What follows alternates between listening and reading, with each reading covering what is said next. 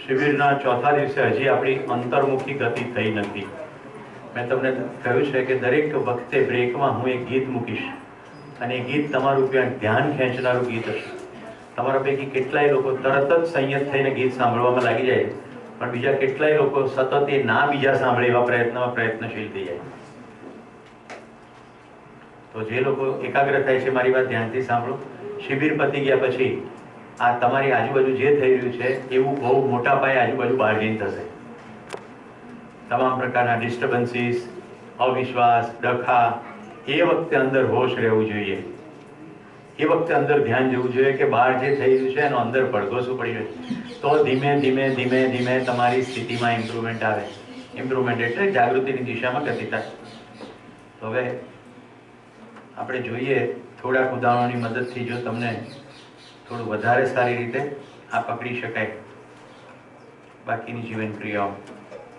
સાક્ષાત્કારની વાત કરી મેં તમને. હવે જો હું એક ફિલ્મ બતાવું છું.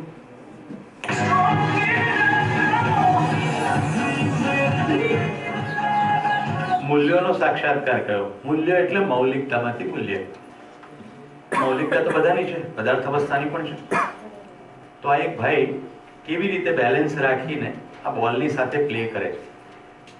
બોલ અલગ વસ્તુ છે અને આ રમનાર અલગ વ્યક્તિ છે, રાઈટ? એની સાથે કાર્યક્રમ થઈ રહ્યો છે, પણ બોલની મૌલિકતાની ખબર પડી ગઈ છે. જે આમ સામાન્ય રીતે ન કરી શકે એવું એ બધું કરી શકે છે.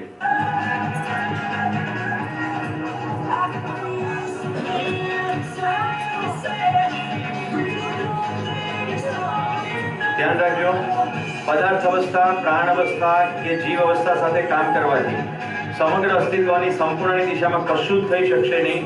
ખાલી કાર્ય થશે, મનોરંજન થશે, મેક્સિમમ કદાચ થોડી સંવેદનશીલતા વધશે. આવું કરવાથી કોઈ પણ ગ્લોબલ વોર્મિંગની સમસ્યા ઓછી થવાની નથી. એટલે અહીંયા ખાલી પદાર્થ અવસ્થાની મૌલિકતાનો સાક્ષાત્કારની વાત થઈ રહી છે.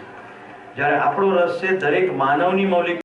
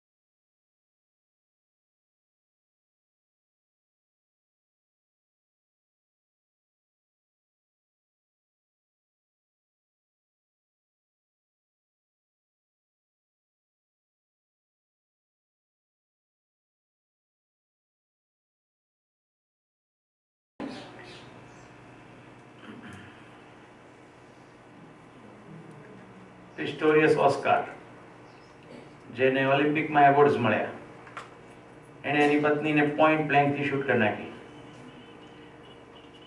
જાત જાતની ડ્રગ લઈને આ એવોર્ડ જીતેલા એટલે એવોર્ડ પણ પાછા લઈ લીધા.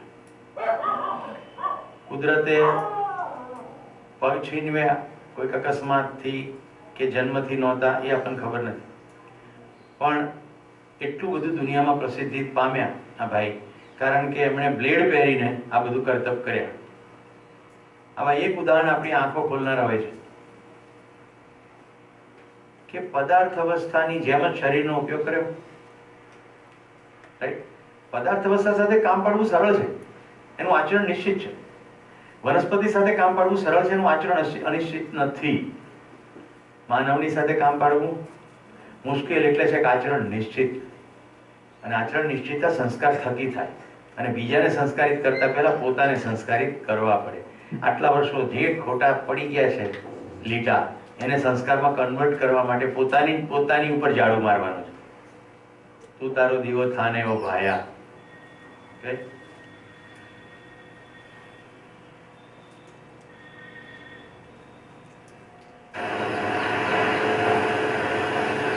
મૂલ્યોનો સાક્ષાત્કાર.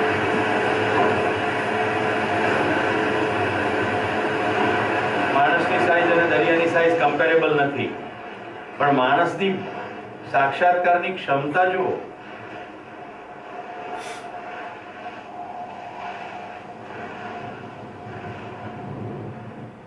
માણસ જાણી શકે કે વેવ્સ કેવી રીતે ચાલશે. વેવ્સ અમુક રીતે ચાલે તો હું શરીરને કેવી પોઝિશનમાં રાખવું કે પડી ના જવું, ડૂબી પણ ના જવું.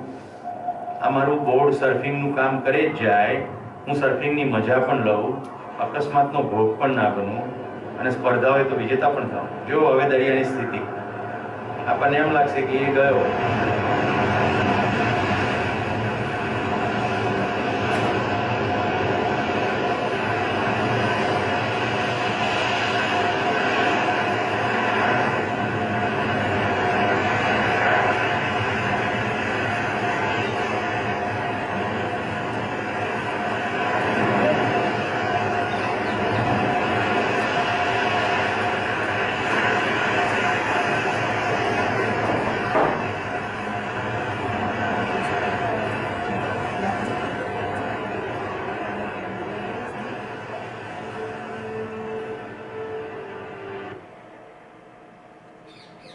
તો જે લોજિકલી આંખથી ના બતાવી શકાય પણ અંદર સમજણ પડે, પદાર્થની, પ્રાણની, જીવની અને માનવની મૌલિકતા, એના મૂલ્યોનો સાક્ષાત્કાર.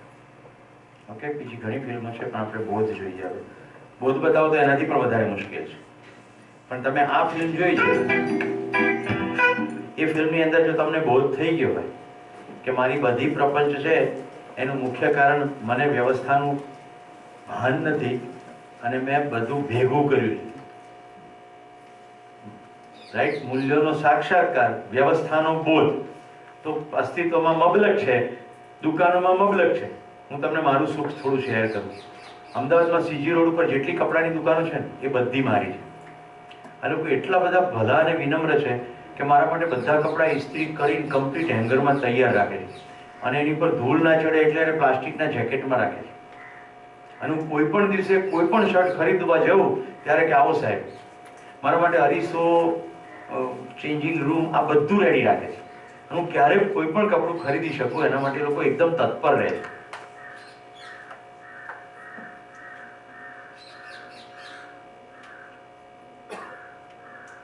મુંબઈનો જે ગ્રાન્ડ રોડ છે ને એની પર જેટલી કારો છે બધી મારી. ખાલી આરટીઓ વીકમાં નામ બીજા કોકના. સીજી રોડની દુકાનોમાં રજિસ્ટ્રીમાં નામ બીજા કોકના. તમે હસો છો પણ આ સૂર્ય, ચંદ્ર, તારા, પક્ષી, આ કુત્તા, વાંદરા ઉપર કોના નામ છે? અસ્તિત્વમાં એટલી અદ્ભુત વ્યવસ્થા છે એની પર કોનું નામ છે? આટલા બધા સૌંદર્યનો આપણને બોધ થાય, વ્યવસ્થાનો બોધ થાય તો સુખનું ક્ષેત્ર એમ જ વધવા માંડે. આપણે ત્યાં એક પ્રસંગ છે કે એક સાધુ બહુ મહાન ગણાતો હતો, તે સિકંદરે કીધું કે આપણા દરબારમાં એનું સ્વાગત કરો. એટલે બધા પ્રધાનોને કીધું જાઓ તમે જઈને એને લઈ આવો. તો બધા પ્રધાનો પાછા ફર્યા. પેલો કંઈક નામાં નથી આવું. મુખ્ય પ્રધાન ગયા, એ પણ પાછા આવ્યા. હવે પેલાને ગુસ્સો ચડ્યો સિકંદરને કે જાઓ સૈનિકો પકડી લાવો. સૈનિકો પાસે પણ નહીં આવે. સેનાપતિને મોકલ્યો. સેનાપતિ કે શિરચ્છેદ કરી નાખીશ. તો કે કરી નાખો, હું તો નહીં જાઉં, ડેડ બોડી જશે, પડશે એમ. સેનાપતિ ગભરાઈ ગયો કે તો લાવવાનું કહ્યું છે. પછી રાજાને સિકંદરને કહ્યું લાય હું જોઉં. સિકંદર કે ભાઈ તમે આવવાનું શું લેશો, રાઈટ, તમારે જોઈએ છે શું? તો કે તારે આપવું જ છે ને, હા ખસી જા, તડકો આવવા દે, હું મારામાં સંપૂર્ણ સંતૃપ્ત છું, મારે કશું જોઈતું. હવે જેને કશું જોઈતું નથી એને લૂંટી શકાશે? લૂંટી નહીં શકાય. સંપૂર્ણ સ્વસ્થતાની દિશામાં તો આ વ્યવસ્થાનો બોધ.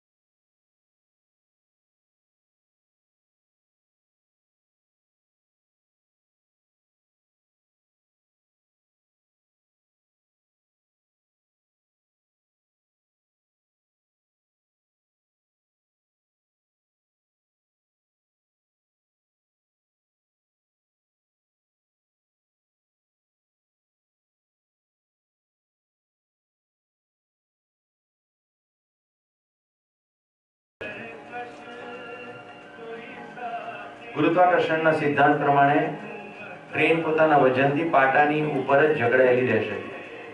એન્જિન એ જકડનને ઢીલી કરીને પુશ આપશે. એન્જિન જેવું પુશ કરવાનું બંધ કરશે એટલે પાછી ટ્રેન ઊભી રહેશે. નિયમ છે. કોઈ ચમત્કાર છે? નથી, રાઈટ? આ થયો વ્યવસ્થાનો બોધ. માનવકૃત વ્યવસ્થા જોઈ રહ્યા છો, અસ્તિત્વગત નહીં. આવું આપણા દેશમાં કદાચ થાય તો નવાઈ નહીં.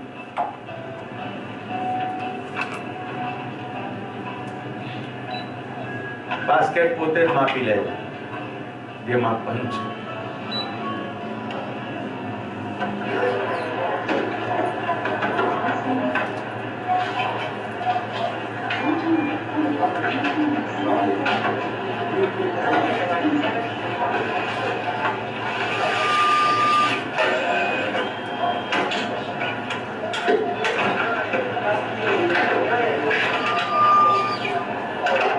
બાસ્કેટ જતું થેલી આવી ગઈ.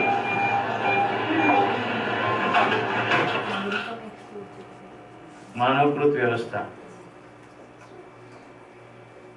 હવે અનુભવ સંકલ્પ બોધને પ્રમાણ એ ફિલ્મોથી બતાવી શકાય નહીં, એ અંદર જ કરવું પડે. એટલા માટે મેં તમને ઈશારો કરી દીધો. તો હવે 3 શબ્દો સમજો જે અહીંયા લખ્યું છે. મૂલ્યોનો સાક્ષાત્કાર, વ્યવસ્થાઓનો બોધ અને બધી જ વ્યવસ્થાઓ પરસ્પર કેવી રીતે સજેલી છે એનો અનુભવ. આ માણસની ક્ષમતા છે. આટલું જે છે આટલા ક્ષેત્રને કહે છે જાનના. જાનના નીચેનું જે યલો કલર વાળું છે માનના. માનવાની પ્રવૃત્તિ કરીએ ત્યાં સુધી પશુ ચેતના. જાણવાની ક્ષમતાનો પ્રયોગ કરવાનું શરૂ કરીએ એને કહેવાય અનુભવગામી અધ્યયન. અનુભવની દિશામાં આપણે આમ પ્રવાસ કરીએ એટલે અનુભવગામી અધ્યયનની પ્રક્રિયા. અધ્યયન એટલે પુસ્તક નહીં, અધ્યયન એટલે કેન્દ્ર નહીં. અધ્યયન એટલે પુસ્તક, કેન્દ્ર, સંવાદ, ગોષ્ઠી અને પ્રબોધકોની મદદથી પોતાની અંદર વધુ ને વધુ સટીકતાથી જોવાનું. પોતાનું અધ્યયન. અધ્યયન તો સ્વયંનું જ છે, પુસ્તકનું અધ્યયન છે નહીં. અત્યારે તમે જે અધ્યયન કરો છો એ અધ્યયન નથી. જેને તમે સ્ટડી કહો છો ને, સ્ટડી બુક્સ, ટેક્સ્ટ બુક્સ, એ ખાલી પુસ્તકમાં કેટલાક કન્સેપ્ટ છે ને રટવાનું. અધ્યયન તમે થોડુંક લેબોરેટરીમાં કરો, થોડુંક ભેગું કરો અને પછી સેન્સીસની મદદથી તમે જોઈ શકો છો કે હા આવું થયું. એ અધ્યયન છે. બાકી તો માન્યતા જ છે. પ્રકાશ સંશ્લેષણનો નિયમ આપણા માટે તો પૂરી કડાક માન્યતા જ છે.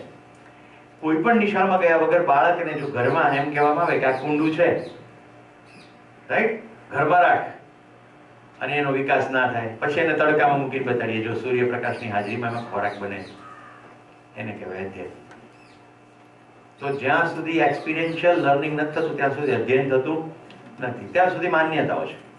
તો આ આખો જીવન વિદ્યા શિબિરનો જે મેં તમને પરિચય કરાવ્યો એમાંથી જેટલા પ્રસ્તાવો મૂક્યા એ તમારા માટે તો માન્યતા જ છે. હજી દરેકે દરેક માન્યતાને તપાસવી પડશે. સ્વયંમાં નિરીક્ષણ શિબિર દરમિયાન થોડુંક થાય. શિબિર પત્યા પછી ગંભીરતાથી સ્વયંમાં અધ્યયન શરૂ કરીએ તો બધું ગહેરાઈથી જાય. ગોષ્ઠીમાં ગંભીરતાથી ભાગ લઈએ, મને શું દેખાયું છે શેર કરી, બીજાને શું દેખાય એ શેર કરે, એમ બધા મલ્ટિપલ કરે તો શિબિર દરમિયાન થોડું વધારે ધ્યાન જાય. શિબિર પત્યા પછી દરેક અઠવાડિયે એકવાર મળવાનો અમે પ્રસ્તાવ મૂકતા હોઈએ છીએ. એને કહેવાય ગોષ્ઠી. કેટલા લોકો કડીથી વિદ્યાર્થીઓ આવ્યા છે? કડી, માત્ર કડી. ઓકે, તો તમે 3 દીકરીઓ તો હોસ્ટેલમાં બેસી શકશો. ઓકે, કદાચ આવનારા દિવસોમાં ત્યાં પણ શિબિર થાય તો કડીમાં એક ગોષ્ઠીનું કેન્દ્ર અઠવાડિયે એકવાર નિશ્ચિત કરો કે 1 કલાક બેસું છું. હું બધી રીતે સપોર્ટ કરીશ તમને. અમદાવાદથી કેટલા લોકો છે? ખૂબ બધા લોકો અમદાવાદથી છે. તમે અમદાવાદમાં એક જગ્યા નિશ્ચિત કરીને બેસી શકો. અમદાવાદમાં અત્યારે 1-2 જગ્યાએ ગોષ્ઠી થાય પણ છે. ઈચ્છો તો તમે જોડાઈ શકો. ઈચ્છો તો તમે ભેગા થઈને તમારું એક નાનકડું ગોષ્ઠીનું ભૂમિકા ઊભી કરી શકો. કોઈકના પણ ઘરે મળો. કોઈ મોટા કેન્દ્ર કે કોઈ બ્લેકબોર્ડ કે બધી કોઈ આવશ્યકતા હોતી નથી. સાથે બેસવાનું, અઠવાડિયા દરમિયાન શેમાં ધ્યાન દેવું એની વાત કરવાની. એના માટે પુસ્તક હું સજેસ્ટ કરીશ. પુસ્તક વાંચો અને જુઓ. હવે મિત્રો, એવા કેટલાક શબ્દો જે તમે વર્ષોથી ક્યાંક ને ક્યાંક વાંચતા સાંભળતા આવ્યા છો અને જેના ખૂબ ગૂંચવાડે છે, એવા કેટલાક શબ્દોને સ્પષ્ટ કરવાની કોશિશ કરું છું. ડબ્બો અહીંથી જતો.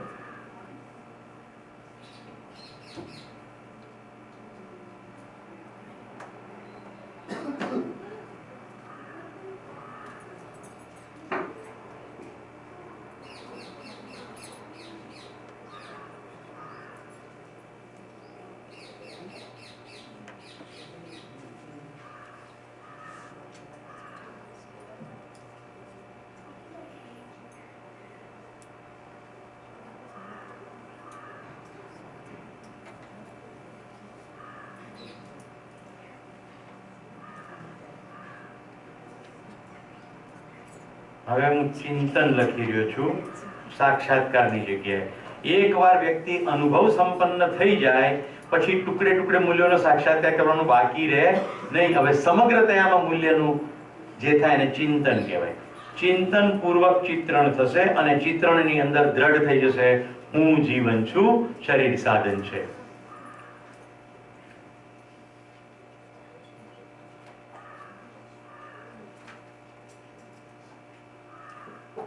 હવે જુઓ મિત્રો, હું નવા શબ્દો થોડાક લખી રહ્યો છું. આ જેટલું પહેલું કોલમ છે એને સ્થિતિ ક્રિયા કહે છે અને જેટલું જમણું કોલમ છે એને ગતિ ક્રિયા કહે છે. તમને તે સ્થિતિ પણ ક્રિયા બતાવો. રસગુલ્લા ખાશો કે ગુલાબ જામુ? 2 જવાબ આવે, રાઈટ?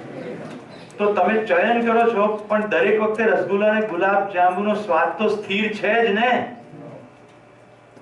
એટલે સ્થિતિ ક્રિયા એ નિરંતર છે, સ્થિતિમાં છે. સ્થિતિમાં જેટલી વસ્તુ છે એના માટે એક સુંદર શબ્દ પ્રયોગ થયો, બલ.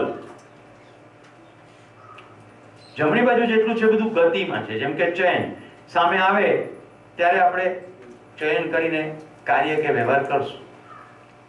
સામે આવે ત્યારે, ના આવે ત્યારે પણ ગતિ થઈ રહી છે અંદર. જેવું એમ કે આ ખાઈશું કા, રાઈટ? તો જે નિર્ણય થયો, પસંદગી થઈ, એ ગતિ છે.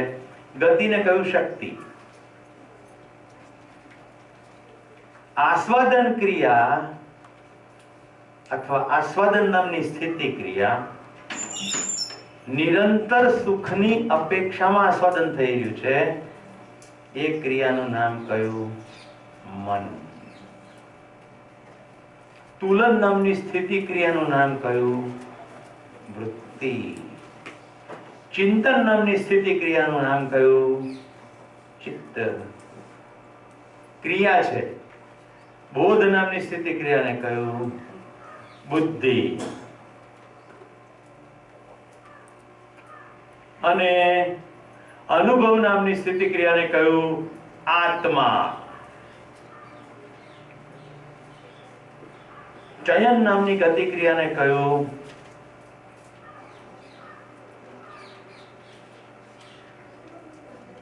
આશા.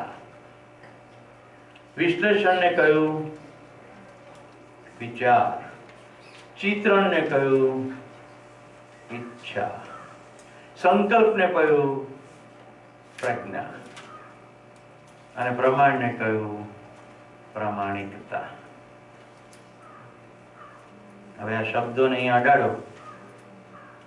આત્મબલ, બુદ્ધિબલ, ચિત્તબલ, વૃત્તિબલ, મનોબલ. એમ કે તમારું મનોબળ મજબૂત રાખજો. પણ કેવી રીતે એ ખબર નહીં. રહસ્યમૂલકતા. અત્યાર સુધી મનોબળની વાત થઈ છે, ઘણી બધી વાત. આશા શક્તિ, વિચાર શક્તિ, ઈચ્છા શક્તિ પર બહુ વાત થઈ. પ્રજ્ઞા શક્તિ, પ્રમાણિકતા શક્તિ.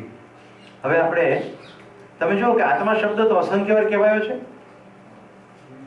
હું આત્મા છું એવું કહેવાયું છે. અહીંયા શું છે આત્મા? અહીંયા આત્મા કોઈ ડબ્બાની અંદર રહેલું નાનકડું બચોળિયું નથી. આત્મા એક ક્રિયા છે. 10 ક્રિયા પૈકીની એક ક્રિયાનું નામ આત્મા છે. હું 10 ક્રિયાનો સમુચ્ચય છું. આત્મા એક મધ્યસ્થ ક્રિયા છે. આત્મા મધ્યસ્થ ક્રિયા છે. પરમાણુનું સ્વરૂપ બતાવું.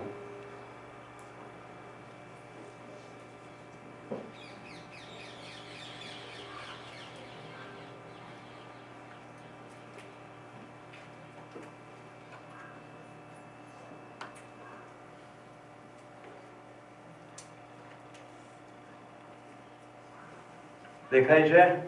આવું પરમાણુનું સ્વરૂપ છે. આ મધ્યની અંદર એક અંશ, પછી 2, 8, 18 ને 32. અહીંયા તમને વંચાતું હશે. મધ્યમાં આત્મા, પછી બુદ્ધિ, ચિત્ત, વૃત્તિ અને મન. ગ્રાફિકલ રિપ્રેઝન્ટેશન છે. શરીર ચલાવવાની ક્રિયા. હવે જુઓ, આત્મા એક ક્રિયા છે. મધ્યમાં ચાલતી ક્રિયા છે. મધ્યસ્થ ક્રિયા છે. એ તો બધાને ખ્યાલ આવી જ ગયો છે. ક્રિયાઓ સમજતા સમજતા આસ્વાદન બિલકુલ જીભના સ્તરેથી શરૂ કરતા કરતા આપણે કેવી રીતે ઉપર ગયા. તુલનની અંદર ઠેઠ બીજી અવસ્થાઓ સાથે ન્યાય ધર્મ સત્ય સુધી પહોંચી ગયા. ચિંતન ચિત્રણ ક્રિયાની અંદર આપણે મૂલ્યોનો સાક્ષાત્કારની વાત કરી, બોધમાં અવસ્થાઓના બોધની વાત કરી, અને સમગ્ર અસ્તિત્વની સજાવટની અનુભવમાં વાત કરી. આ આત્માની કેપેસિટી છે. આત્મા ક્રિયા. આત્મા ક્રિયાની મદદથી સમગ્ર અસ્તિત્વ સમજી શકાય છે.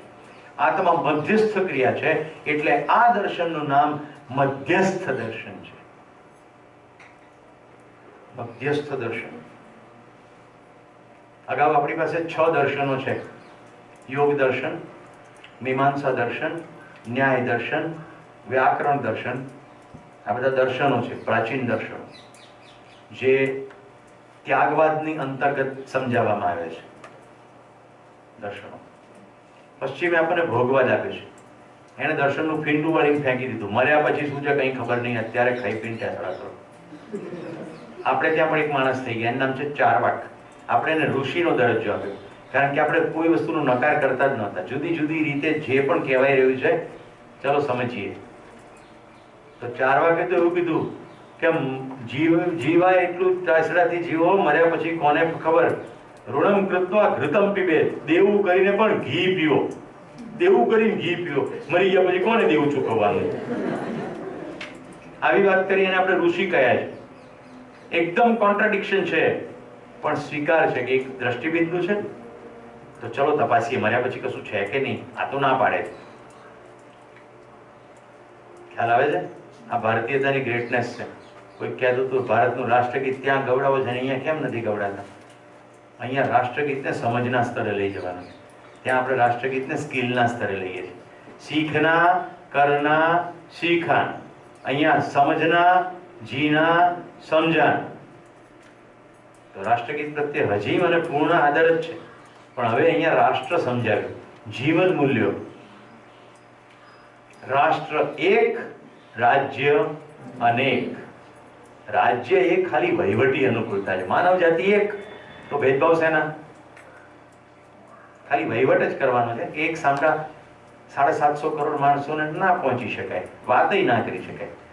તો વહીવટ કરવા માટે તમે નેટવર્ક ગોઠવો, ટેલિકમ્યુનિકેશનનું નેટવર્ક ગોઠવો, એકથી બીજી જગ્યાએ પહોંચવા રોડનું નેટવર્ક ગોઠવો. તો એ બધું કોઈ કંઈક ગોઠવવું પડે, એટલે ગોઠવણ માટે વહીવટ.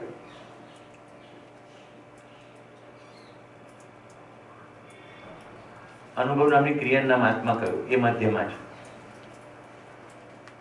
હવે જો આપણે મનોબળ શબ્દ વાપર જરા ફોકસ કરીએ, મનોબળ વધારવું, તો આસ્વાદનની અંદર ખાલી રુચિ ઉપર જ હશે ફોકસ, તો જો રુચિની વસ્તુ મળશે તો મન પ્રસન્ન, રુચિની વસ્તુ નહીં મળે એટલે મૂડ આઉટ. જેના ઘડીએ ઘડીએ મૂડ આઉટ થઈ જાય છે એ એને કારણે થઈ જાય છે.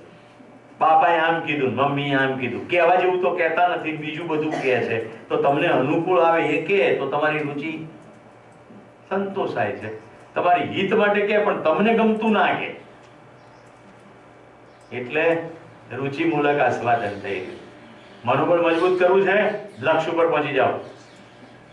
પહેલો શિફ્ટ સંબંધ ઉપર અને બીજો શિફ્ટ લક્ષ્ય ઉપર. આ પૃથ્વી પર આ સાધન મળ્યું છે, સુખ શાંતિ સંતોષ આનંદની દિશામાં હું શું કરી શકું, મારી પાસે ભેગી થયેલી કુશળતાઓ થકી શું કરી શકું, બીજી નવી કઈ કુશળતાઓ મેળવીને કરી શકું. એટીટ્યુડ, સ્કિલ અને નોલેજ, રાઈટ? કેવા પ્રકારની ઉર્મિઓને મારે રાખવી છે, કેવા પ્રકારની ઉર્મિઓને દૂર કરવી છે. દૂર કશું થાય નહીં, એકચ્યુઅલી અસ્તિત્વમાં બધું રહે છે. એટલે જે વસ્તુ પ્રભાવક હોય એની જગ્યાએ મોટો પ્રભાવવાળી વસ્તુ લાવી દેવાય. દાખલા તરીકે પાણીના ગ્લાસમાં લીંબુ નીચોવીએ અડધું, તો શરબતનો સ્વાદ આવે. હવે અડધું લીંબુ માટલામાં નીચોવો તો સ્વાદ કદાચ થોડો લાઈટ આવે કે કંઈક આમાં નાખ્યું છે પાણી સિવાય. 1000 લીટરના ટાંકામાં નાખો તો જરાય સ્વાદ ના આવે, અને 1 લાખ લીટરના મ્યુનિસિપાલિટીમાં નાખો તો સ્વાદ ના આવે. પણ લીંબુ તો રહે જ, અંદરથી જતું ના રહે. કોઈ એમ કે ના એમાં લીંબુ નાખ્યું નથી, નો, છે જ અસ્તિત્વમાં, કશું જતું નહીં રહેતું છે જ, ગ્રીપ જતી રહે. આપણે જિંદગીમાં કટુ અનુભવો થયા હોય ને, તો બહુ સરસ અનુભવોમાંથી પસાર થવું પડે, જેને હું અનુભૂતિ શબ્દ વાપરું છું. તો પેલી કટુતા રિડ્યુસ થઈ જાય. મને શિક્ષક તરીકે જો સૌથી મોટો કોઈ ફાયદો થતો હોય લોકો સાથે, તો એ છે કે મારી સામે જ્યારે લોકો પ્રશ્નો લઈને આવે ત્યારે મને એમ થાય, કાશ હું આને સોલ્વ કરી દઉં. કમસે કમ મારી જિંદગીમાં પ્રશ્ન તો નથી આવ્યો. કોઈકનો કપાયેલો પગ જોઈએ તો એવું ધ્યાન જાય ને કે આપણે તો પગ છે, તો we are in a better situation, thank God. અને જો સોલ્વ કરી શકીએ, વાહ, આપણે નિમિત્ત બની શક્યા, તોય સુખ. પહેલા એ પ્રોબ્લેમ નથી, એનું શું, એનો સોલ્વ કરી શકે એટલે બીજું શું. અને ત્રીજું, કેટલાક લોકો પોતાની જિંદગીની ખુશી વ્યક્ત કરે, હા આજ તો આવો પ્રોજેક્ટ કર્યો, પપ્પા મમ્મી ખુશ થઈ ગયા, ગામના લોકોએ સન્માન કર્યું, રાઈટ? ચહેરો હસી રહ્યો છે પણ આંખમાં પાણી છે. તો કંઈ પણ એવું થાય. આ કિશનના પપ્પા મમ્મી એક કાર્યક્રમમાં આવ્યા,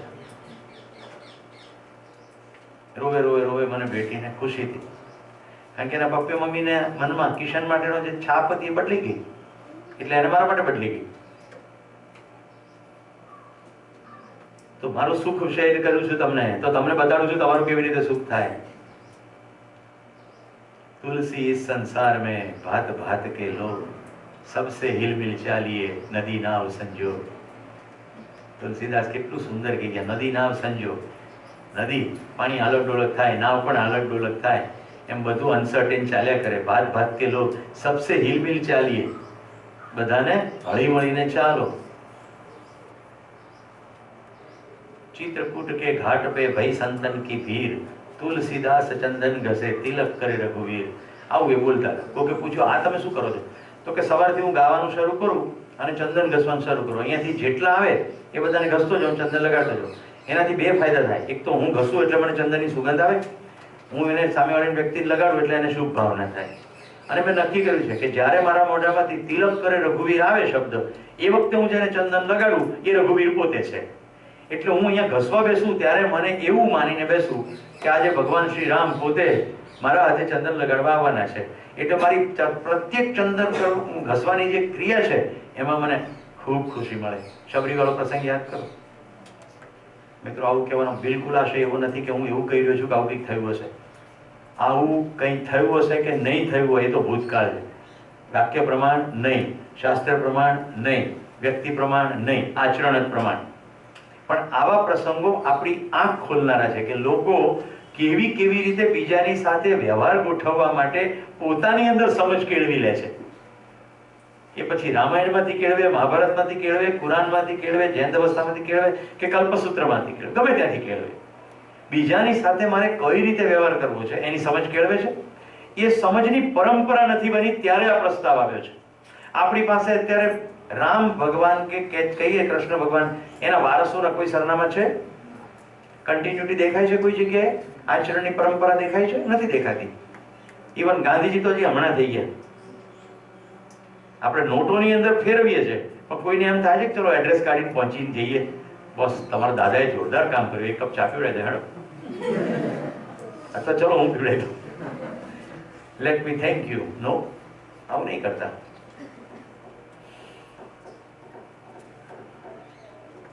એટલે સંસ્કારની, આચરણની પરંપરા નથી બની. આ આખો પ્રસ્તાવ માનવી આચરણ થકી બીજાને પ્રેરવાની અને પરંપરા બનાવવાની વાત છે. એટલે બધા બુદ્ધ પુરુષો પ્રત્યે પૂર્ણ આદર સાથે સમજની દિશામાં જે પણ થોડું થોડું થયું છે એની ઉપર સંપૂર્ણ દ્રષ્ટિપાત કરતાની સાથે આપણે પોતાની અંદર જોવાનું. આત્મબળની વાત કરીએ હવે. અનુભવ પહેલા આત્મબળ નથી, સીડી આમ છે. અનુભવ ગામી. એકવાર અનુભવ થઈ ગયો પછી અનુભવ મૂલક, પછી આમ થશે. તો અત્યારે તો આપણી જે યાત્રા છે બ્રહ્મમાંથી જાગૃતિ તરફની, આને ઉર્ધ્વગામી યાત્રા બોલવામાં કહી શકાય. આમ તો કંઈ ઉપર નીચે જેવું છે નહીં, પણ ઉર્ધ્વગામી, ઉર્ધ્વારોહણ. અહીંયા બધું નીચેનું છે, તુલન વિશ્લેષણ સુધી બધું ભાગવાનું છે, ઉપર બધું જાગવાનું છે. નીચે માનવાનું છે, ઉપર બધું જાણવાનું છે. 4.5 ક્રિયાઓમાં પશુ ચેતના છે, 10 ક્રિયા જાગૃત થતાની સાથે માનવીય ચેતના છે. પછી જુઓ ખૂબસૂરતી. આ મન જે તમારું એકાગ્ર થયું છે, સુખના આસ્વાદનમાં ભટકતું મન સુખનું સરનામું મળતા એકાગ્ર થાય છે. ચયન શેનું છે? આશા શેની છે? જરા રંગ બદલીએ ને એટલે તમારું વિશેષ ધ્યાન ખેંચે. યસ, ક્યાં તો કાર્ય કરીએ છે અને ક્યાં તો વ્યવહાર કરીએ છે. જો કાર્ય શેના માટે કરીએ છે? સુવિધા માટે. વ્યવહાર શેના માટે કરીએ છે? નિરંતર સુખ માટે. પદાર્થ, પ્રાણ અને જીવ અવસ્થા થકી સુખ થનાર નથી, એ આપણી સમજને પ્રમાણિત કરનાર નથી. હું સમજદાર છું એનું પ્રમાણ ક્યાં મળશે? હું બીજાને સમજદાર થવાની દિશામાં સ્ટેપ લઉં અને એના પછી એક માણસને સમજદાર કરી શકે તો મારું સમજદાર હોવાનું પ્રમાણ છે. મને કોમ્પ્યુટર આવડ્યું એનું પ્રમાણ શું? તો હું તને કોમ્પ્યુટર શીખડે. શીખવાના કેસમાં 1 to 1 છે, સમજદારી કેસમાં 1 to 1 નથી, 1 + 1 + 1 છે. હું તને સમજાવું અને જો તું સમજી શક્યો હોય તો તું બીજાને સમજાઈ શકે. કેટલા ડિફરન્સ ખ્યાલ આવે છે?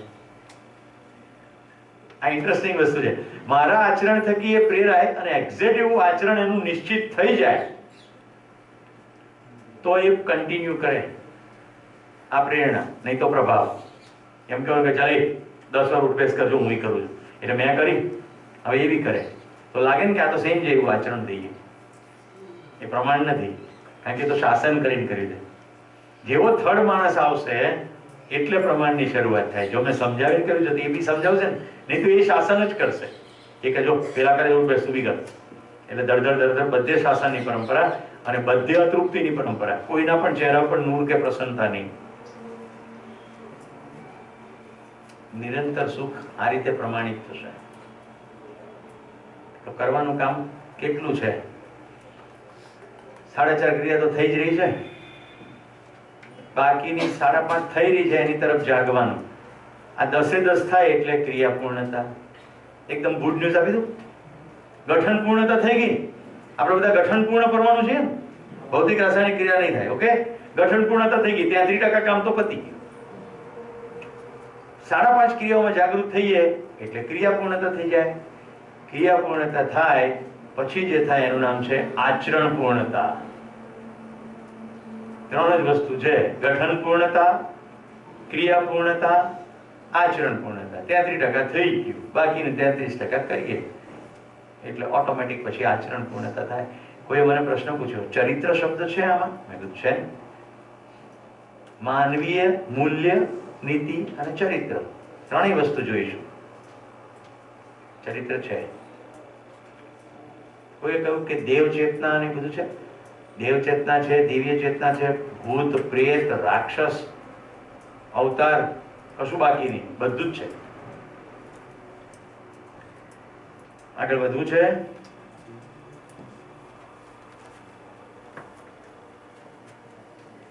જવા દઈએ. કેટલી વસ્તુ એવી છે જે હું ખાલી તમને બતાવી દઉં છું.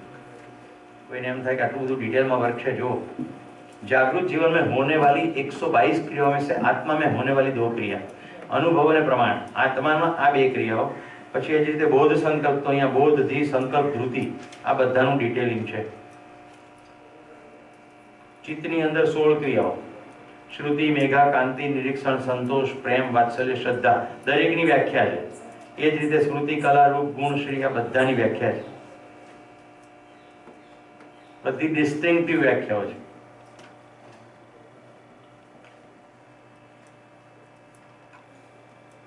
तो હવે આપણે मैं जीवन हूँ और शरीर को चलाता हूँ એની થોડી વિડીયો ક્લિપ એ એંગલથી જોઈશું કે હવે જે અંદર ક્રિયાઓ થઈ રહી છે એને અનુરૂપ આપણે ચયન કરીએ છીએ. શેનું ચયન કરીએ છીએ?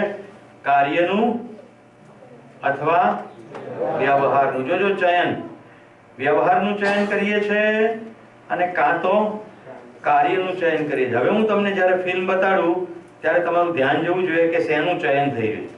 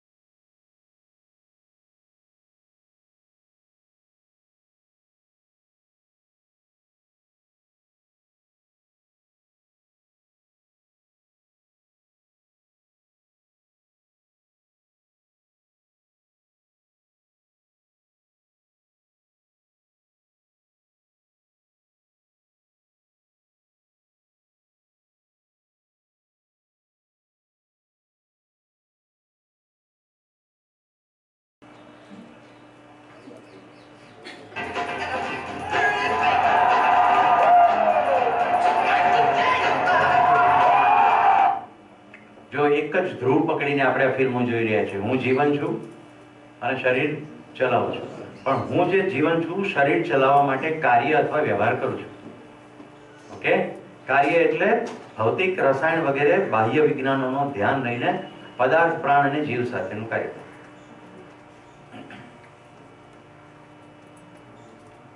ધ્યાનથી જોવું પડશે. ઓઈનમ રાશિ દેવી, 75 વર્ષની ઉંમર, Manipur. 35 national master athletic championship 2014 ફેબ્રુઆરી 25. કેટલી ઉંમર છે? 75 વર્ષ. હવે આ બહુ મજા આવશે.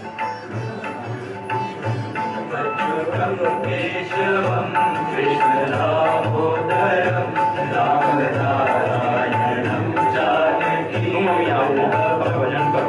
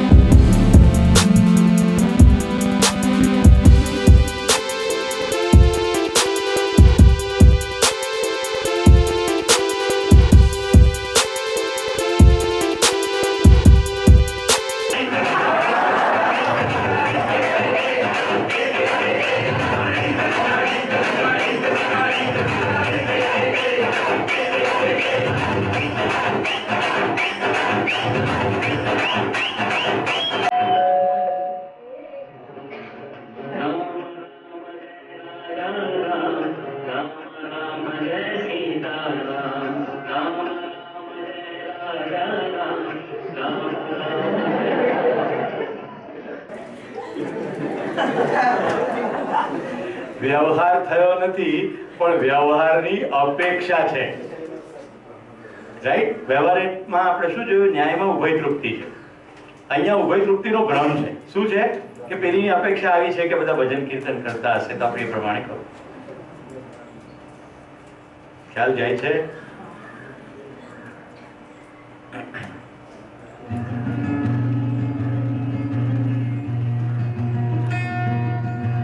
10-12 साल का तो जबकि टांग नहीं है जी मेरे.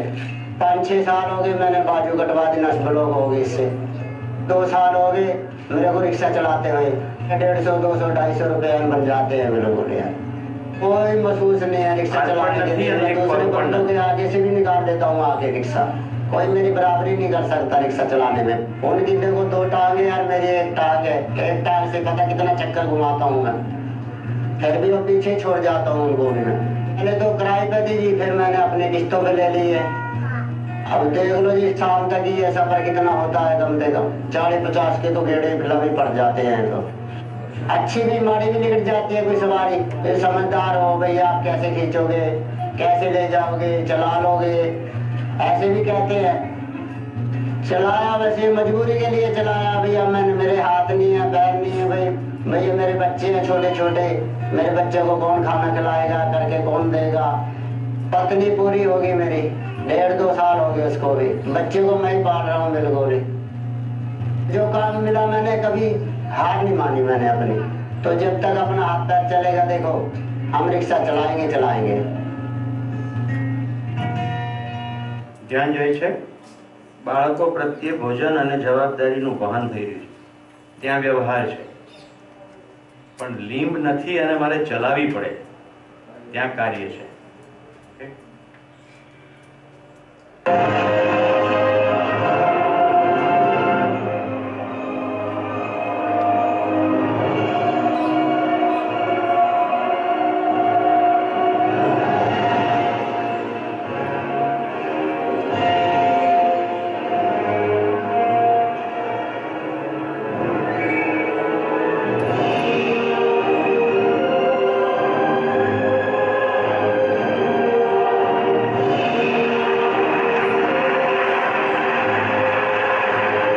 કેટલા લોકોને ડ્રાઇવિંગ કરતા એવો અનુભવ થયો છે કે 4 રસ્તા ઉપર એક વાહન ડ્રાઈવર બીજા ડ્રાઈવરને કોઈ પણ ઈશારા કર્યા વગર ખાલી જોઈને એક નીકળી જાય ને બીજો ઉભો રહે.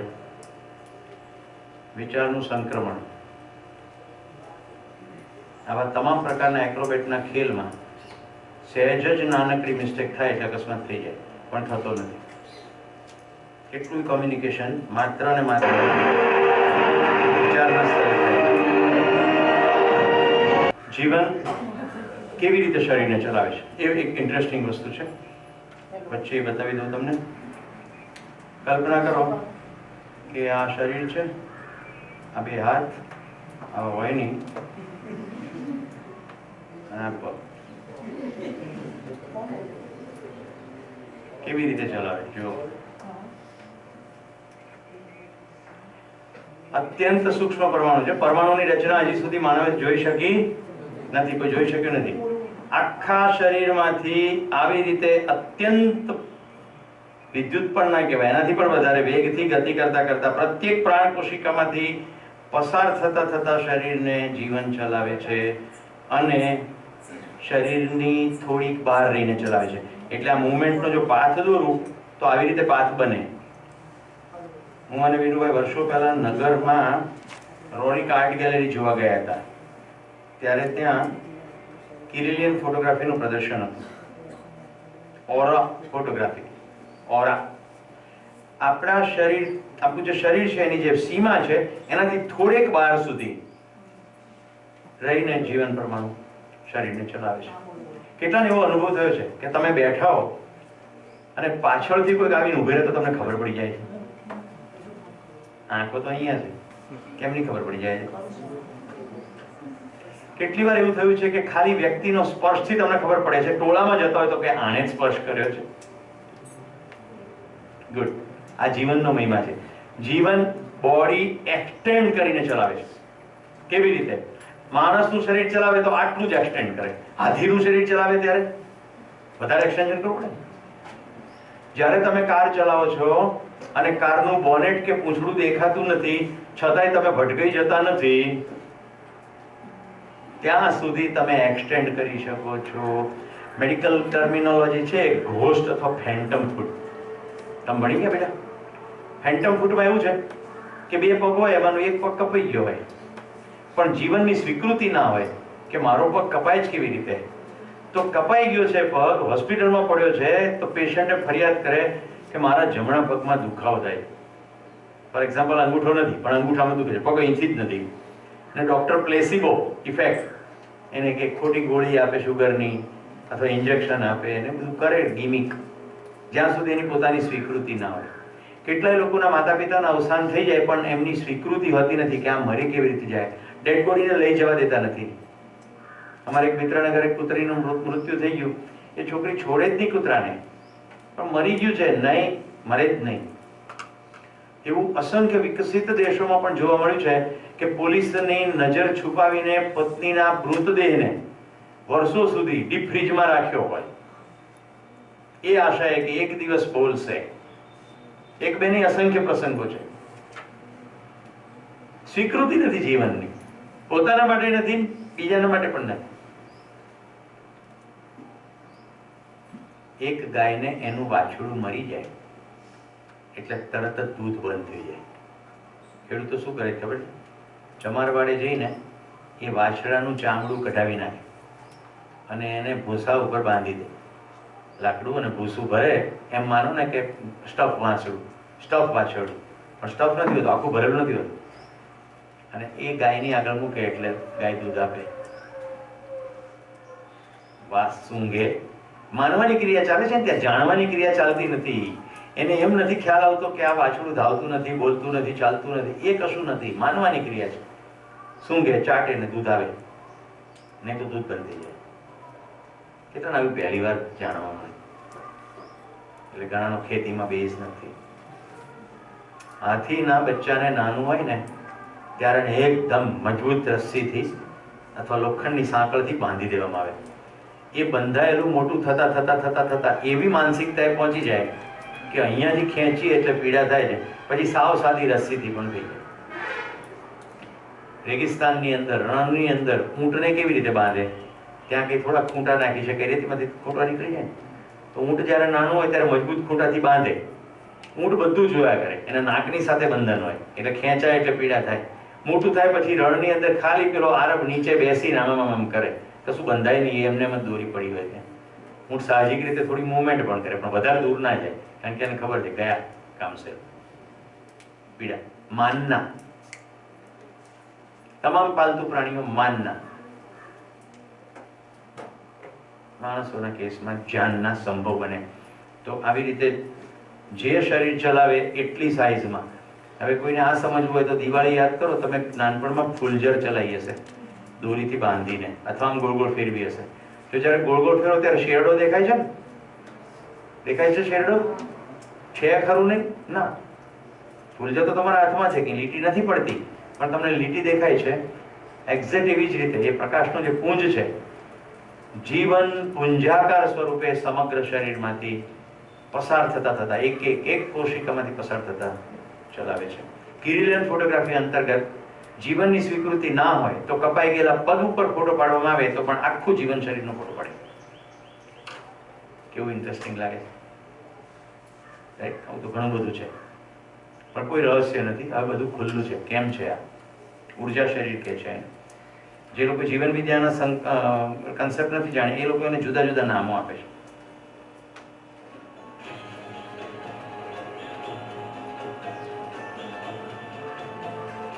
+80 ઉંમર. મારાથી આ થતું નથી એવું કહેનારા તમામ જીવનો સ્વીકૃત નથી કરતા. સ્વીકૃતિમાં આવે તો શરીર ચલાવી શકાય. જો ડિફોર્મ પરમેનન્ટ ના થઈ ગયું હોય તો, એનાટોમિકલ ડેમેજ ના થયું હોય તો શરીર ચલાવી શકાય. યોગના વર્ગો પણ ચલાવે for generations and has been recognized as the world's oldest yoga teacher by the Guinness Book of World Records. And again, all the way down to the floor. And right up. Nothing's impossible. Whatever you want to do in life, just tune in To know that within you is the answer to everything. And just don't think about, let anybody tell you, that getting old. Energetic Tao was born at the end of the First World War in 1918 and has been a yoga instructor for the last 56 years. I've been like this since I was a child. There's so much to do. કયું આસન છે? And if we spend જો our ચામડી time, જુઓ એટલે ખબર પડશે ઉંમરનું. પદ્માસન.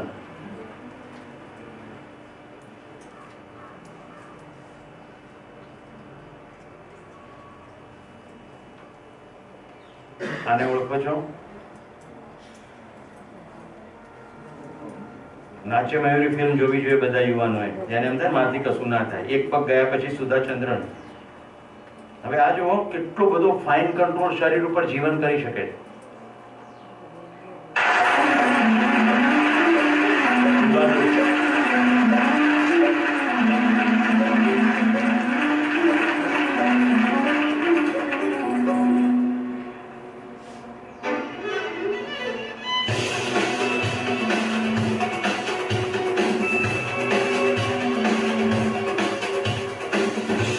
Look at the speed.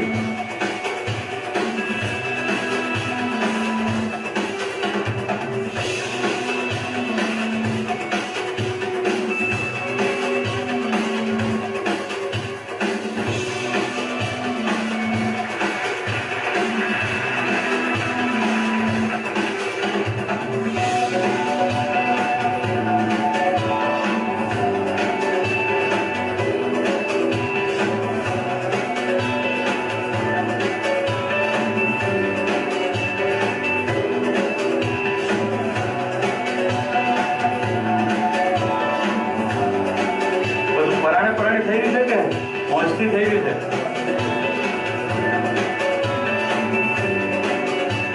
જીવનની સ્વીકૃતિ હોય તો થાય હો, નહીં તો એક રૂપ બી ગોળ નહીં ફેરવી શકો. મેં ઘરે ફેરવી જોયું છે. આ દીકરી ચલાવતી એટલે હું જોઉં છું આમ મારાથી થાય છે કે નહીં. સ્વીકૃતિ હોય તો થાય.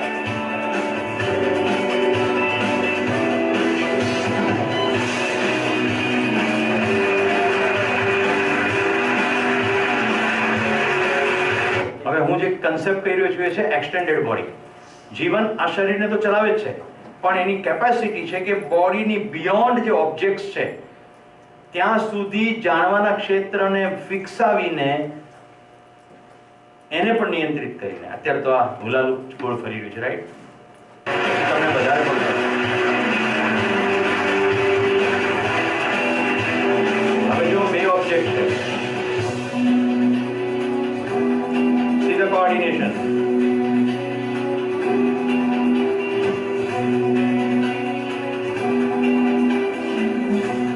તો જીવન મેધસને દ્વારા આવું લેફ્ટ એન્ડ રાઈટ કોઓર્ડિનેશન પણ બ્યુટીફુલ કરી શકે છે.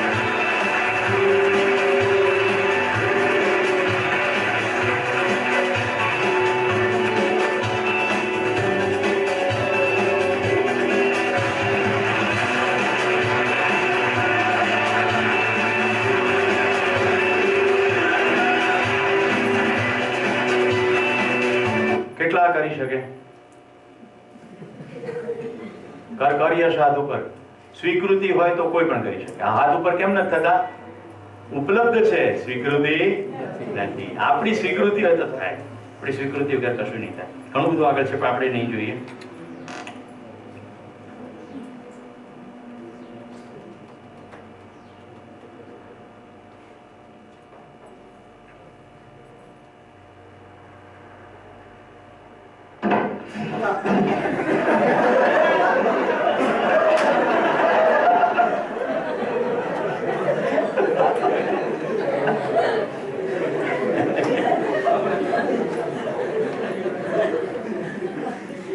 સાત વર્ષનો સર્જન જે શરીર છોડ્યા પછી પણ જીવન સ્મૃતિ સાથે કેવી રીતે નવું શરીર પસંદ કરે છે અને કેવી રીતે આગળ યાત્રા ચલાવે છે.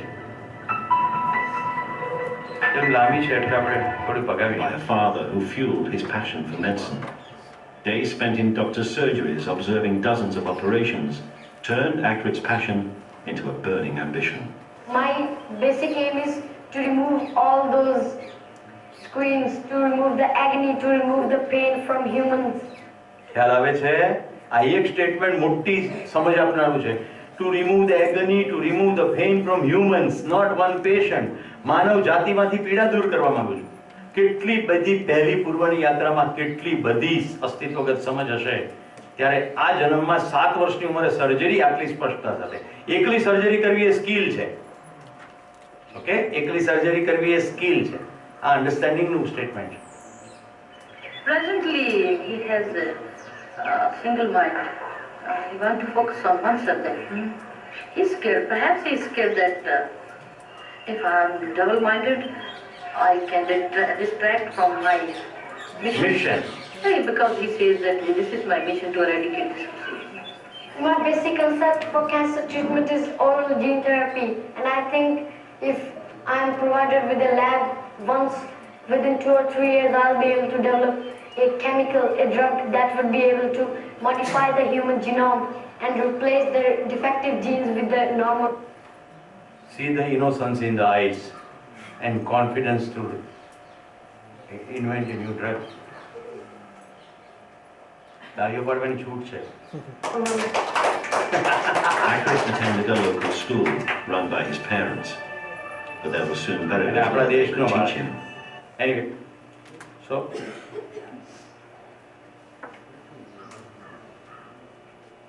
અમારા વિનોદભાઈ અહીંયા આવી ગયા છે.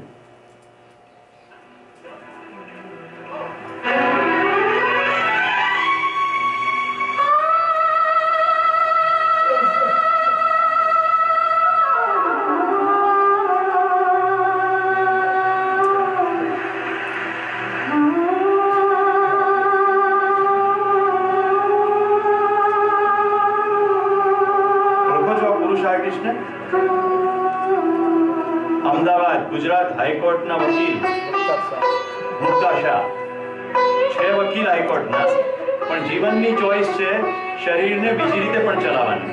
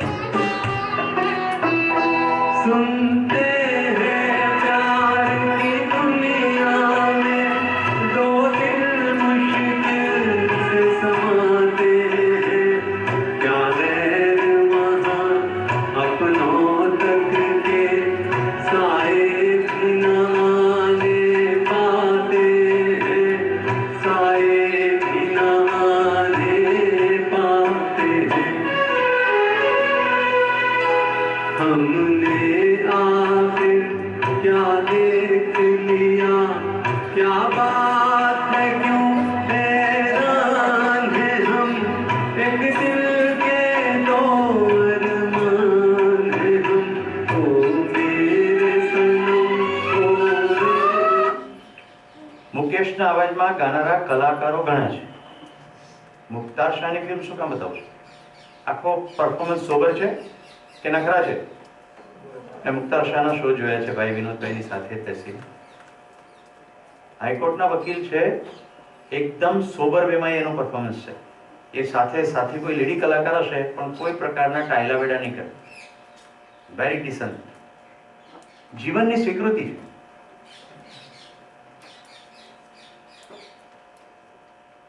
તમે એવાય કલાકારો જોશો કે બીજાની કોપી કરતા કરતા બીજું કેટલું બધું કરતા હોય, અને એવાય કલાકારો જોઈશો કે વાયરને વળ દેતા હોય, આમ ઓર્કેસ્ટ્રાને કમાન્ડ કરવાની કોશિશ કરતા હોય, જ્યારે કે ઓર્કેસ્ટ્રા કંડક્ટર ઓલરેડી સેપરેટ હોય જ. આખું ઓર્કેસ્ટ્રા એક રિધમમાં જાય એના માટે એક સેપરેટ કંડક્ટર હોય, પણ આ લોકો આમ કરતા હોય. બરાબર, તે સરખું તબલા વગાડ્યા. સ્વયંમાં આત્મવિશ્વાસનો અભાવ હોય ત્યારે એમ થાય. આઈ થિંક ઘણું. હવે પાઠ ચલાના આપણે જોયું, આખું શરીર ચલાના જોયું. નાઉ લેટ અસ સી બે જીવન ને એક શરીર. બે જીવન એક શરીર, રાઈટ રીતિબેન? આપણા શરીરમાં કોઈ બીજું જીવન પ્રવેશી જાય તો લોકો શું કહે? ભૂત આવ્યું. થાય છે એવું, એ પણ છે. આ જીવન એટલે હું જીવન છું, આ શરીરને ચલાવું છું. પ્રાંશુ જે છે એ મારી કરતા વધુ પાવરફુલ હોય તો મને ખસેડી દે સાઈડમાં અને પોતે ઘૂસી જાય અને પછી ચલાવે. પણ અહીંયા આપણે જોઈએ એવું કંઈ કર્યા વગર જો I like when they take pictures, so they just knew Abigail and Brittany stuff.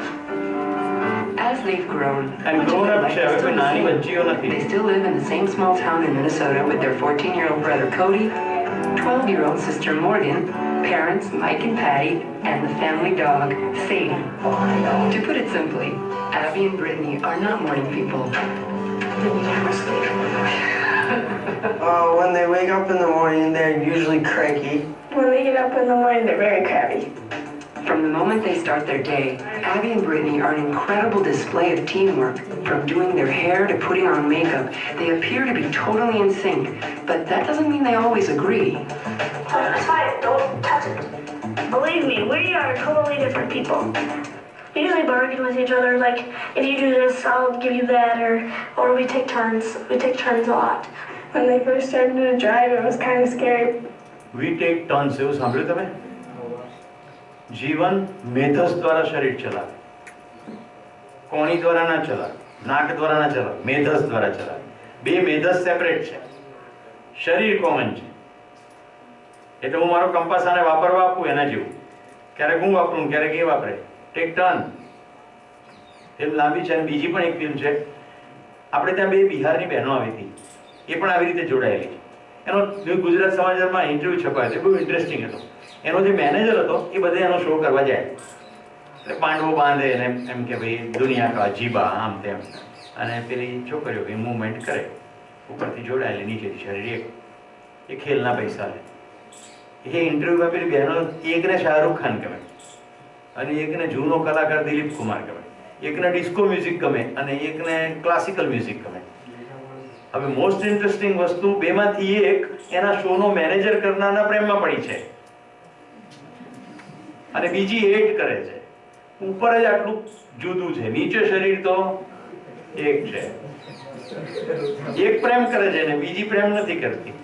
તો લગ્ન થાય તો એકને હનીમૂન ને બીજીને રેપ.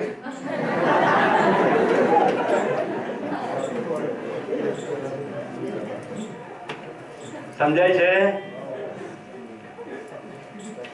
જે શરીર છે એનો જે કમાન્ડ છે એ કોણ આપે છે?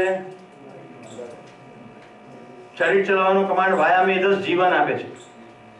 વાયા મેધસ જીવન આપે છે. આ શરીરનો કેવી રીતે ઉપયોગ કરવો, દુરુપયોગ કરવો, જીવન આપે છે. જીવનની સ્વીકૃતિ નથી એક, અને બીજા જીવનની સ્વીકૃતિ છે. મિત્રો, હું તમને જે ઉદાહરણો આપું છું તમારી વયને અનુરૂપ તમારું ધ્યાન ખેંચાય એના માટે આપું છું. ઓકે? અહીંયા ઘણા વડીલો પણ બેઠા છે, એ લોકોને મારે ધ્યાન ખેંચવું જોઈએ. અહીંયા કોઈ વલ્ગારિટી કે અશ્લીલતાની વાત થતી નથી. મારી સામે જે ઉંમરનું ઓડિયન્સ હોય એને અનુરૂપ મેસેજ પહોંચે એના માટે ઉદાહરણ હોય. ઉદાહરણ પ્રમુખ હોતા નથી, કન્સેપ્ટ પ્રમુખ હોય છે. કોલેજના કેમ્પસની અંદર છોકરા છોકરીઓ જે વિષયો બાબતે વાતચીતો કરતા હોય છે, જે પ્રકારનું મૂવમેન્ટ ચાલતી હોય છે મોબાઈલમાં, એ બધાથી હું સંપૂર્ણ અવગત છું. એટલે અતિ સ્પષ્ટતા સાથે એવા જ ઉદાહરણો આપું છું જેનાથી એમની એવી સ્પષ્ટતા ખબર પડે કે હું શરીર નથી, હું જીવન છું ને શરીર ચલાવું છું. શરીર મારે કેવી રીતે ચલાવવું એ મારી સ્વતંત્રતા છે, કારણ કે શરીર મારું છે. શરીર નિર્ણય લેશે શું ખાવું કે જીવન નિર્ણય લેશે શું ખાવું. શરીર ભૂખનું સિગ્નલ આપશે. જોજો, સાંભળજો, શરીર ભૂખનું સિગ્નલ આપશે. શું ખાવું એ નિર્ણય કોણ લેશે? જીવન નિર્ણય લેશે. જીભ સિગ્નલ આપશે ભાવે છે ને નથી ભાવતું. શરીર માટે હિતકારક છે કે એનો નિર્ણય કોણ લેશે?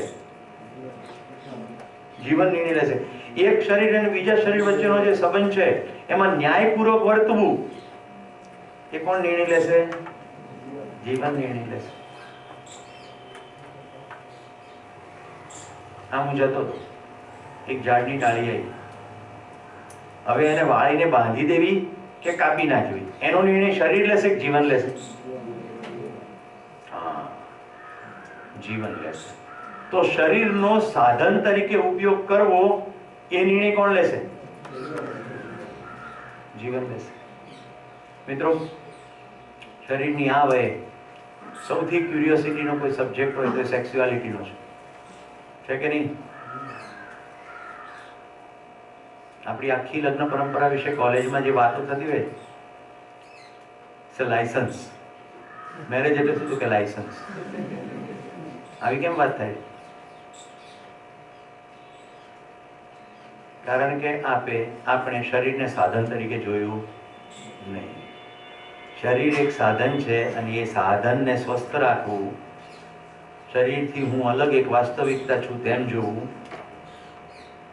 અને એ સાધનનો મારી પોતાની ઈચ્છા મુજબ ઉપયોગ કરવો અને મારી ઈચ્છામાં અસ્તિત્વગત વાસ્તવિકતા પડી હોય તો કોઈનું શોષણ થશે? કરી શકાશે?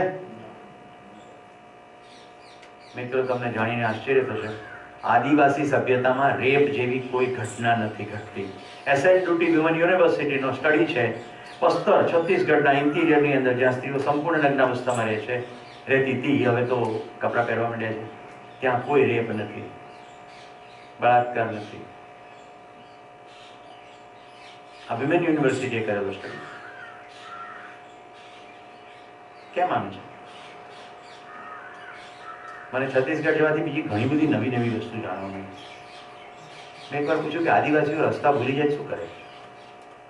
આદિવાસીઓ જંગલમાં રસ્તા ભૂલી જાય તો કે એનાથી પણ એક વધારે વાત કરી. રસ્તો તમને મળી જ જાય છે, પણ આદિવાસી પુરુષ રાયપુર ગયો હોય શહેરની અંદર કશું ખરીદવા, અને એની સ્ત્રીને યાદ આવે કે આ પણ બે વસ્તુ મગાવવાની હતી, તો શું કરે?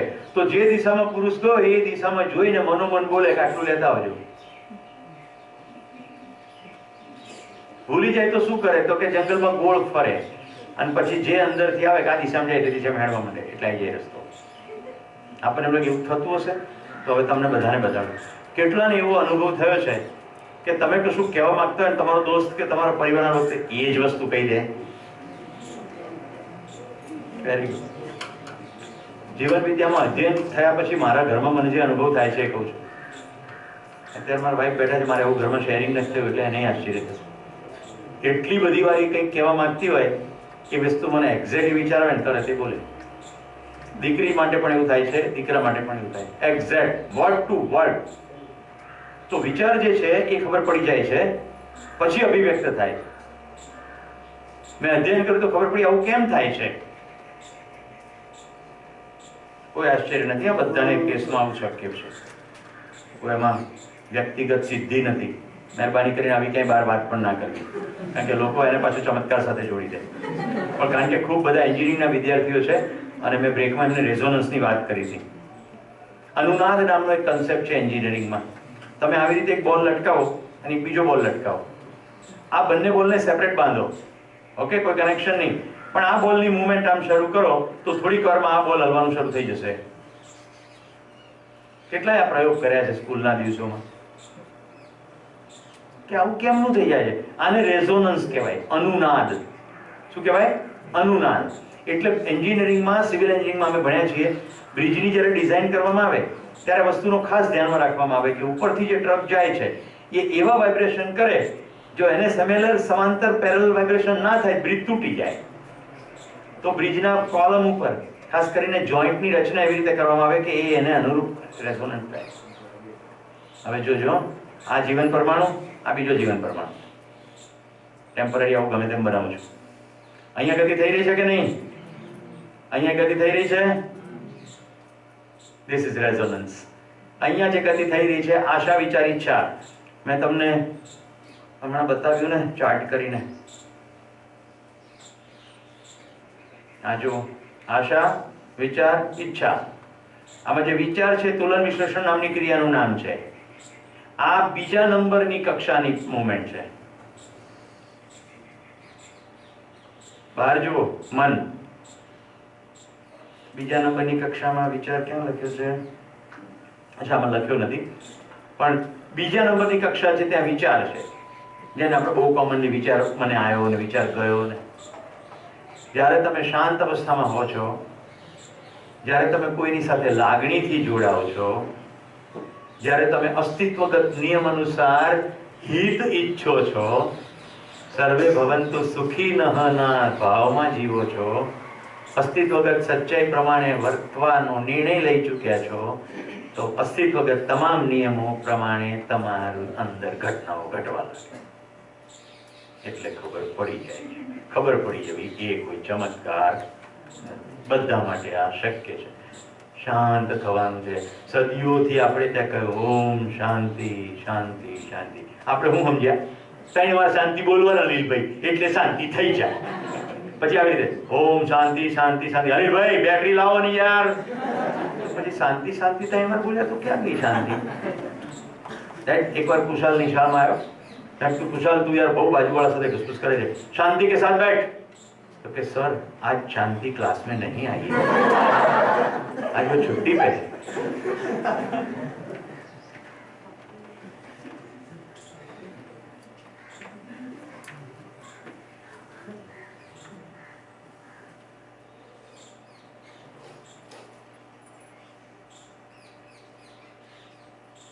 રાજુભાઈ ખબર પડી રહી છે કે ટાઈમ પાસ થઈ રહ્યો છે? મિત્રો બધા પોતાની અંદર સૂક્ષ્મતમ જુઓ. મનોરંજન થઈ રહ્યું છે કે અંદર સ્પષ્ટતા થઈ રહી છે?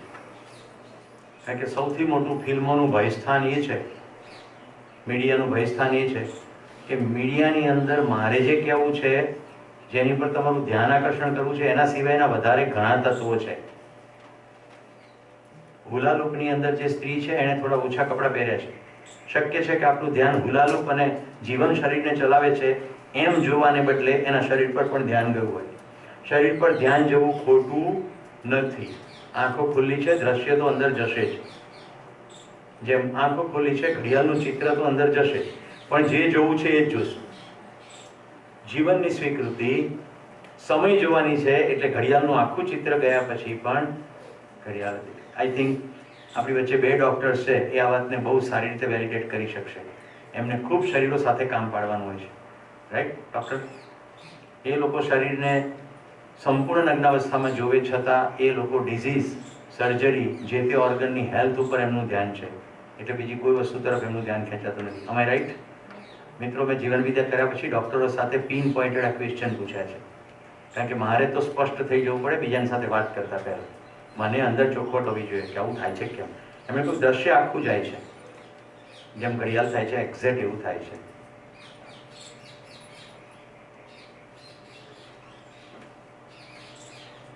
ઓકે, તો બધા દોસ્તોને આમંત્રણ છે.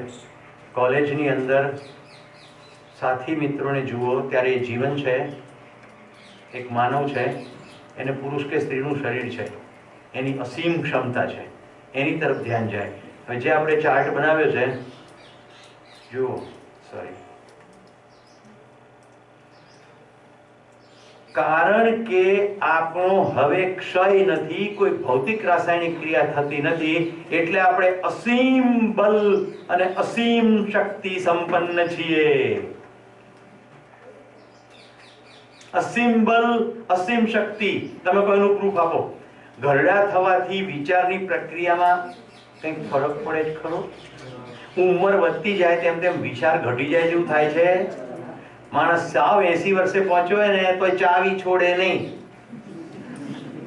મારા એક મિત્ર છે ઈસરોમાં, બહુ મોટા પ્રોજેક્ટ હેડ છે. એના પિતાશ્રી મને ઘરે મળવા ગયો ને તે એક ડબ્બો રાખેલો, એમાંથી ડબ્બામાંથી સુખડી કાઢી. તમે મારા મિત્રને પૂછ્યું કે આ શું કરે છે? તો કે પોતાનો સુખડીનો ડબ્બો જુદો રાખે છે. 80 વર્ષની વયે સુખડીનો ડબ્બો જુદો રાખે છે. કેટલાય લોકો પોતાની સંપત્તિ છોડતા નથી. અહીંયા જેના કુટુંબોમાં સંપત્તિના પ્રશ્નો હોય, ધ્યાનથી સાંભળજો. તમને જો ખબર પડી ગઈ કે સંપત્તિ તમારા સુખમાં ટીપું વધારે નહીં કરી શકે તો ગ્રીપ છોડી દો. જેની ગ્રીપ છે એનું જોશે. સંપત્તિની તાકાત નથી સુખનો પ્રદેશમાં ટચ પણ કરી શકે. તો ઉંમર વધવાની સાથે કઈ સમજણ વધે એવું થતું નથી. પણ અસીમ બળ શક્તિ સંપન્નતા છે. આ શરીરની વાત નથી થઈ રહી, અહીંયા બધી જ જીવનની વાત થઈ રહી. તો મનોબળ અસીમ છે, વૃત્તિબળ અસીમ છે, ચિત્તબળ અસીમ છે, બુદ્ધિબળ અસીમ છે, આત્મબળ પણ અસીમ છે. એ જ રીતે શક્તિ, આશા શક્તિ, વિચાર શક્તિ, ઈચ્છા શક્તિ, પ્રજ્ઞા શક્તિ, પ્રમાણિક શક્તિ, બધી જ શક્તિઓ અસીમ છે. હવે મુદ્દો ખાલી એટલો જ છે કે 4.5 ક્રિયામાં આ અક્ષય બળ શક્તિ સંપન્નતાનું ફોકસ શરીરલક્ષી સંવેદનાની તૃપ્તિ માટે સુવિધાઓ ભેગી કરવા તરફ છે. પશ્ચિમની આખી ભોગવાદી સભ્યતા શરીરલક્ષી છે. શરીરની સંવેદનાઓમાં સુખ શોધવાના પ્રયત્ન અંતર્ગત શરીર સાથેની તમામ પ્રકારની વિકૃતિઓનો ત્યાં જન્મ થયો છે. એટલેથી તૃપ્ત નહીં થયા તો તમામ પ્રકારનો એડવેન્ચર સ્પોર્ટ્સ કર્યું છે. શરીરમાં કોઈ પણ રીતે એડ્રિનલ ગ્રંથિનું સિક્રેશન વધે, એડ્રિનલની કિક લાગે, એટલી ઓછી પડે તો એલએસડી, ડ્રગ, અફીણ, મેરિજુઆના, કોઈ પણ રીતે પ્રયત્ન તો નિરંતર સુખી થવાનો જ છે. કારણ કે ત્યાં દરવાજા બંધ કરી દીધા છે કે શરીરથી અલગ કોઈ વાસ્તવિકતા હોય. આપણે પૂર્વવાળા એટલા સદભાગી છીએ કે આપણે ત્યાં આ વિષય પહેલે ખૂબ કહેવાયું, પણ પરંપરા નહીં બની એટલે તર્કબદ્ધ રીતે નહીં કહેવાયું. તો મિત્રો હવે જુઓ કઈ રીતે વાતને રજૂ કરી શકાય. અત્યાર સુધી ભયપૂર્વક આ વાત રજૂ કરવામાં આવી છે, પ્રલોભનપૂર્વક રજૂ કરવામાં આવી છે. ભયપૂર્વક અહીંયા સારું કામ કર, નહીં તો તારી મર્યા પછી ગતિ પશુ યોનિમાં થશે. એટલે શરીરથી અલગ કોઈ વાસ્તવિકતાની વાત થઈ ગઈ. તું આત્મા છે, આવતો અવતાર ગધેડાનો આવશે, રાઈટ? પછી આમાં નૈના બાબી એકવાર કથા વાંચતા હતા, 84 લાખ યોનિમાંથી પસાર થયા પછી મનખો મળ્યો છે મોંઘા મૂલનો રે લોલ, વહુ કરે છે આપણા ઘરની વાત, જો આ વહુએ વગોવ્યા મોટા ખોરડા રે લોલ. એક બાજુ તો મનખો મળ્યો છે મોંઘા મૂલનો બોલે, અને બીજુ બાજુ બહુના છોતરા કાઢી નાખે છે. સવારમાં તો ઘંટડી વગાડે ને પછી આવડો મોટો ઘંટ લઈને બહુના માથે મારે. આવું થાય છે કે નથી થતું? મિત્રો, મારે સ્પષ્ટપણે કહેવું છે, મારી પરણીને નવી આવેલી પત્નીને મારે માતુશ્રી બપોરે વધુ ભોજન બનાવડાવે, સાંજે ગરમ ભોજન અમારે ખાવાનું થોડું ઠંડુ હેતુપૂર્વક બનાવડાવવામાં આવે, જેથી એને ઠંડુ ખાવાનું. મને ત્યારે જ સટીક કરતી ખબર પડી ગઈ કે આટલી બધી ભક્તિ કરનાર મારી માં મંદિરની સામે તો ઘંટડી વગાડે છે, પણ મારી જીવંત પત્નીમાં એને ભગવાન દેખાતો નથી. આ બધો બકવાસ છે, આવું હોય નહીં. ખાલી વાત તો જોવાની જ છે. જીવન વિદ્યાનો પ્રસ્તાવ જ્યારે આવ્યો ત્યારે હું નાચી ઉઠ્યો મનોમન, એટલા માટે ખબર પડી કે આ તો નથી, આ તો નથી, આ તો નહોતું જ, હવે આવ્યું છે. યસ, આ મને શુદ્ધ તર્ક નીચે ઉતરે કે વ્યવસ્થા છે, વ્યવસ્થા અંતર્ગત બધું છે. કોઈ અગરબત્તી, કોઈ ઘંટડી, કોઈ ટપકા, કોઈ સ્પેસિફિક દેવને માથું નમાવવાથી એક પણ પ્રકૃતિનો નિયમ બદલાવાનો નથી. એ એમ જ રહેવાનો છે. માનવનો મહિમા છે કે માનવાને બદલે જાણવાની ક્રિયા કરે.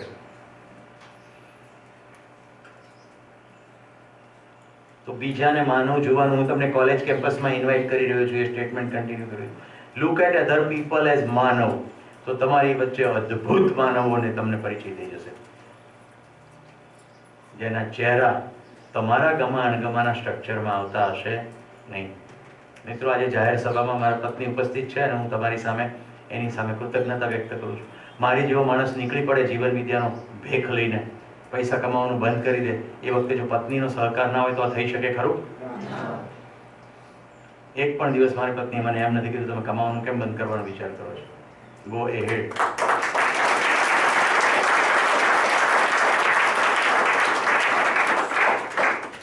નહીં તો આજે સૌથી મોટી સમસ્યા ઘરમાંથી જ શરૂ થાય. જેનું નામ હોય, પ્રસિદ્ધિ હોય, સારા પૈસા મળતા હોય, સન્માનપૂર્વક મળતા હોય, તો શું કામ છોડી દેવા? અધ્યયન કરવા જાઉં છું, જાઓ. જીવન વિદ્યાના શિબિરો ક્યાંય થતા હોય, કોઓર્ડિનેશન, સપોર્ટ, જાઓ. ક્યારેય સ્ટોપ નહીં. હવે તમને હું કહીશ તો તમને આશ્ચર્ય થશે કેટલી હદે જીવન વિદ્યાના જ્ઞાનથી ફરક પડે છે. હું જાન્યુઆરીમાં અધ્યયન કરવા ગયો, આ બાજુ મારા સસરાનું અવસાન થયું. મેં તરત મારા શિક્ષકને ત્યાં કહ્યું કે મારે શું કરવું જોઈએ. મને રુચિ અધ્યયનમાં છે, પણ શું કરવું જોઈએ, કારણ કે મને એવું લાગે છે કે મારે જવું જોઈએ. તો એમણે કહ્યું કે ભૈયા આપકી બાત સહી है, पहली फ्लाइट पकड़ो और घर जाओ. મારી પત્નીએ રડતા રડતા મને કહ્યું તમારે આવાથી ફેર નહીં પડે, અધ્યયન કન્ટિન્યુ કરો, હું બધાને સંભાળીશ. નહીં તો કેવું થાય સામાજિક રીતે કે બીજા બધા આવે ને જમાઈ જ નથી આવ્યા. જેવો તેવો ત્યાગ છે. This is understanding. આ પ્રશંસા નથી, ઉદાહરણ છે શું શક્ય બને છે. આટલી બધી મૂર્તિ પૂજામાં વ્યસ્ત મારી માએ 77 વર્ષની ઉંમરે દેહદાન કર્યું, કારણ કે જીવન વિદ્યાના શિબિરમાં આવ્યા, નિરર્થકતાની ખબર પડી ગઈ. જે કર્યું એ કર્યું, યોગ્ય કર્યું અયોગ્ય કર્યું ની અંદર અવાજ થયો હશે. રાઈટ. ઘણી વાર અહમ નડે, માફી માગી લીધી એને મૃત્યુ પહેલા મારા પત્નીની, અને હસતે હસતે શરીરનું દાન કરવાનું રેકોર્ડ કર્યું, સાઇન કરી, અને કહેતી ગઈ મારા ગયા પછી ભેગા થઈને પીઝા ખાજો, કોઈ શોખ બનાવશો નહીં. એટલે અમે ઘરમાં બેસવું પણ નહીં રાખ્યું. એક વાર સમજણ પડશે તો નિરર્થક વસ્તુ ગમે તે ઉંમરે છૂટી જશે, પણ સમજ કરવાની કોશિશ કરીએ તો ને, તો ઉંમર વધવા સાથે સમજણ વધશે નહીં. કોલેજની કોઈ પણ વિદ્યા શાખામાં ભણવાથી સમજણ વધશે નહીં. એટલે એન્જિનિયરિંગ ભણતા હો તો વધુ ડાયા છો એવું બિલકુલ નહીં, અને આર્ટ્સ ભણો છો તો બીજાથી ઓછા છો એવું બિલકુલ નહીં. સમજણ પડે તે સુખી થાય. હું હોસ્ટેલમાં કેટલી બધી વાર કહું છું કે તમે 500 ની સાથે રહો છો ને, આ તમારી માટે ગોલ્ડન ઓપોર્ચ્યુનિટી છે. 500 બેનપણીઓ બનાવો, પરણીને સાસરે જશો તો આત્મવિશ્વાસ હશે કે 500 ઘર એવા છે મારે જવા માટે કે જેના ઘરે હું જઈ શકું. હું એકલી નથી, મારે 500 બેનપણીઓ છે. આ હોસ્ટેલમાં જ શક્ય બને. જે ઘરેથી ભણતા હોય એને આ શક્ય ના બને, કારણ કે પેલાની સાથે તો રોજ રહેવાનું છે, ખાવાનું છે, પીવાનું છે. હું તો એટલી હદ સુધી કહું છું કે ઊભા થાઓ, હોસ્ટેલમાં રહેતા હો તો તમારી બહેનપણીઓના ચાદર, ધાબળા, સ્વેટર, હમણાં ઉનાળો શિયાળો છે તો એના જે કંઈ વેરવિખેર હોય કપડાં પણ સરખા કરી નાખો. નાની મદદ કરવાથી ઘસાઈ જવાશે નહીં, શોલ્ડર મજબૂત થશે. અને as you get out of the hostel, તમે બહાર નીકળશો, તમે અસંખ્ય લોકો તમને ચાહતા હશે. આવું કરવામાં ડ્રામા નહીં કરવાનો, હૃદયની સચ્ચાઈ રાખવાની. તો એ કઈ હવે જીવન વિદ્યા પછી કહું છું, એ સમજણની દિશામાં આગળ વધે એના માટે એને થોડો વધુ સમય પ્રાપ્ત થઈ જાય, એના માટે હું કેમ કરીને સહાયક ના થઈ જવું. રાઈટ.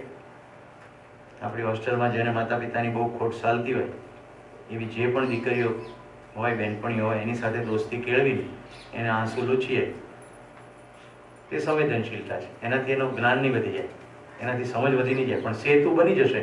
એ સેતુ ઉપર તમે સમજની વાત કરી શકશો. Is that clear? એ સેતુ ઉપર સમજની વાત કરી શકશો તો સંવેદનહીનમાંથી સંવેદનશીલ અને સંવેદનશીલમાંથી સંજ્ઞાનશીલ. 4:15 વાગ્યા છે. Let us have a tea break of 30 minutes. 4:45 back to pavilion. પહેલા આવત વધારે સારું. Thank you very much.